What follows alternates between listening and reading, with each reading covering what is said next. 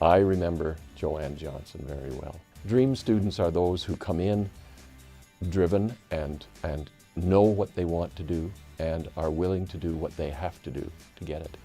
And Joanne was one of those.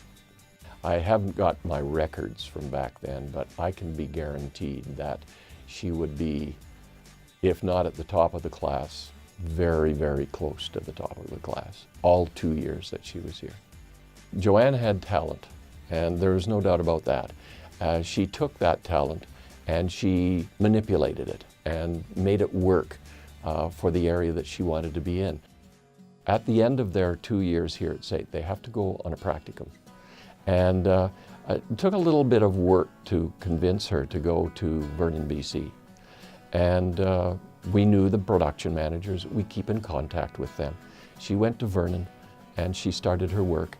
We contacted them over there. And they said after week 1, we're trying to find a spot for her.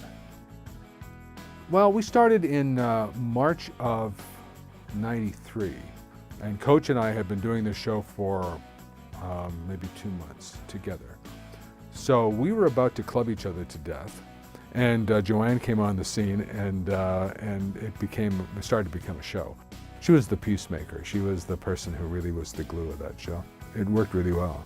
I know people think, oh, doing a morning show or doing a radio show, that's not a big deal. You just come in, you say some, you have some jokes and you fool around and then you go home. It's not quite like that. There's a lot of work goes into it, and it starts at 3:30 in the morning, and some of the times it's the last thing you do before you go to bed is you do show prep. I think that she really taught me an awful lot about community service.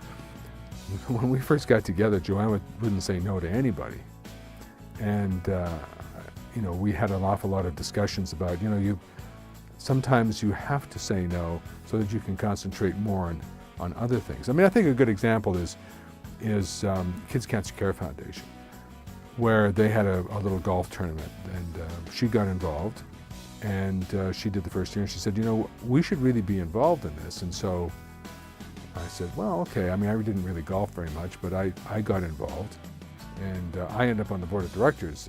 But we've raised over $2.5 million for the Golf with Kid to Camp tournament. But really, it was Joanne that got in there first and got it going.